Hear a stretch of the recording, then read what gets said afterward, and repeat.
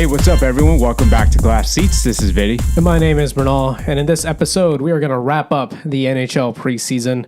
By the time this episode drops, the NHL season would have gotten underway. Yeah. Probably one night of play finished by the time this episode is out. Yep. So as another preseason wraps up, we just wanted to give our final thoughts here. But I think the big theme for this year's preseason has been injuries, unfortunately. Yeah. This has been... Why were people getting injured like it's a playoffs? I don't know. In a preseason game. I don't know, man. And it was a lot of brutal plays. Yeah. It started with like Drew Doughty snapping his ankle.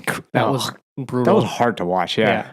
It's not Plus, a fun video. Patrick Laine's knee injury was rough too. Yeah. And David Reinbacher. What seemed like such a harmless play. Yeah, so out for half a year. Rip for Montreal's hopes. That's crazy, yeah. Like, imagine you lost your two most exciting players. Yeah. Your new rookie and the reclamation project. Yeah, and Preseason, in the same game, actually. Same game. Yeah. Like, what is going on? And Laine was a hit against a player who was not going to make the Maple Leafs. Yeah. Cedric Pare, honestly, he's not going to make the Leafs. Yeah. Right? And but I do want to, because there has been, obviously a lot of tension between Toronto and Montreal fans between that. It seems like they didn't have beef. I'm not going to sit here and say they had beef. But they made sure it wasn't intentional. They made sure that was known. You know what I mean? So let's not put some fake storylines out there. That's all. It clearly wasn't intentional. Unlike Arbor Jacki and Tim Stutzla. Yeah, that was brutal. That was a bonehead move.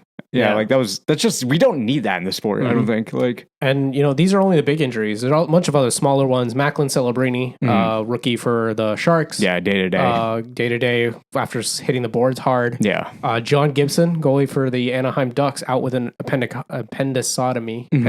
I can't say the word, but just a freak thing that happens. Yeah. So it's been a lot of star players that have kind of gone out this year. Yeah, what is happening? This is so strange, right? What do you think are some changes to the preseason we can make?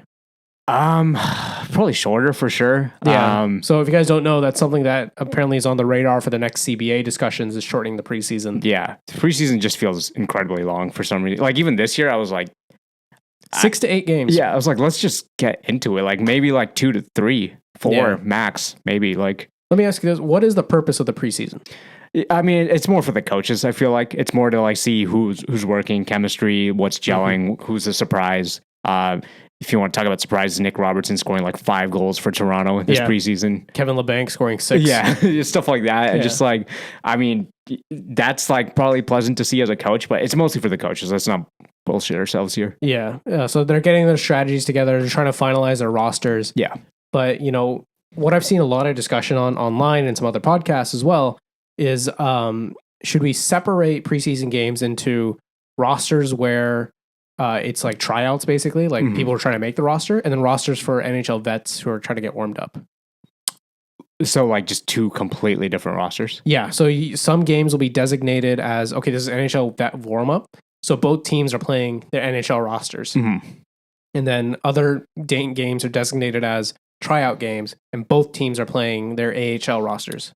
I'm going to go ahead and say no on that, because then the reason I say no is because when you have these kind of surprise players, if you want to even call it that, you're going to want to see them play with the core squad, the top guys, right? I was going to say exactly that. If you split the squads, it defeats the whole purpose of the tryout. Yeah. Because the whole point is to see how they do against NHL competition. Yeah. And now there's no NHL competition. Right, exactly. And it just doesn't make sense necessarily where one game. Also, just selfishly from a fan perspective, imagine you're just buying tickets because it was convenient with your schedule, and you get the AHL game, and then the next game was well, I think, okay, I shouldn't put faith in the NHL doing it right. Yeah. But if they did it right, you would know as a fan what ticket you're buying a game to. Yeah. And so that would also be just, oh man, you could have basically watched a regular season game, but you watched a preseason game, basically.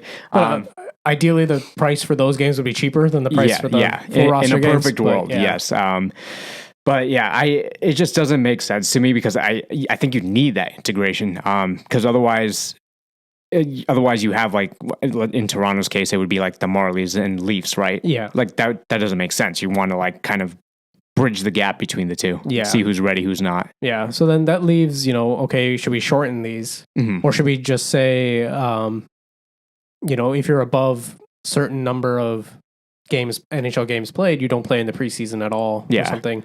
But that's weird to get because then also the older you get, the more warm up you need. Mm-hmm. Like there's not a clean solution, right? Yeah. It only comes down to, okay, do we reduce the number of games? Yeah, and it's also like kind of funny because obviously I'm not saying that the vets don't try. In the Drew Doughty case, he was trying to get back, and then that freak accident happened. And that was against another NHL player. Yeah. Like, so the thing is, you can't like expect NHL All-Star game levels of effort where like it's just kind of everyone backs off to avoid injury. Yeah.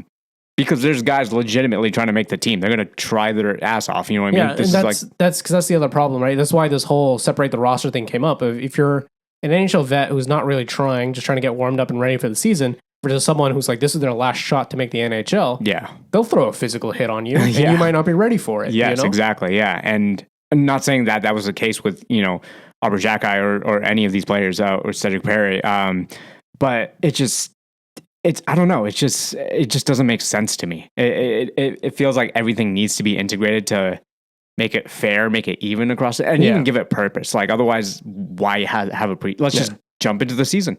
Yeah, but then if you do that, the first week of the season just ends up being warm up games anyway. Why? Because it'll take players that long to get back into game shape. It'll just be sloppy. Yeah. October hockey is already sloppy. Yeah, that's fair enough. That is true. Yeah. Like the season in terms of like how crisp the hockey is, it's really sloppy in October because they're all not in game shape and the speed's not there yet. Mm-hmm. It gets really good around like December, January. Then it craters as everybody gets injured. Or if you're the Buffalo Sabres, exactly the opposite pattern. Yeah. You're in a playoff spot in January and then nowhere. Just falls apart. Yeah. Or Coyotes or whatever. Yeah. Yeah. But it's this weird bell curve, right? Yeah. So getting rid of the preseason entirely, I think is just going to make October hockey worse. Yes. Yeah. So definitely need a preseason. I don't know what the solution is here. I will be in support of shortening it. What's your ideal length?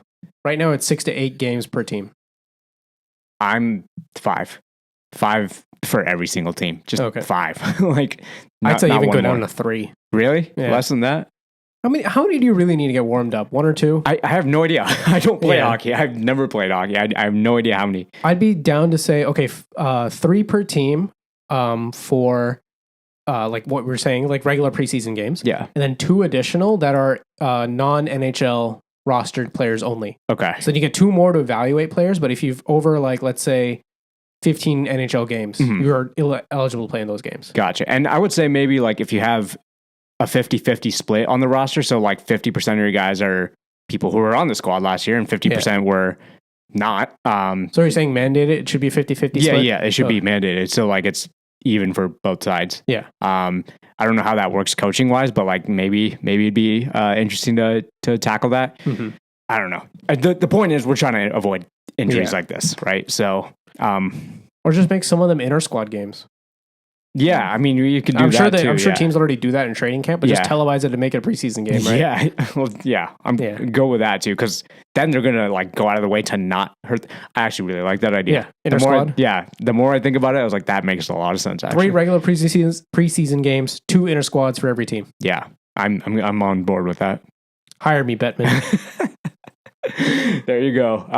But yeah, this is that's what we think about the preseason, and hopefully a lot less injuries as the season goes on. Let us know your thoughts on the NHL preseason below. If you like this episode, drop a like on it. Hit subscribe if you want more of Glass Seats. We have multiple episodes out every week, and if you want even more, we're on Instagram @Glass Seats Show is the handle. See you there. Bye.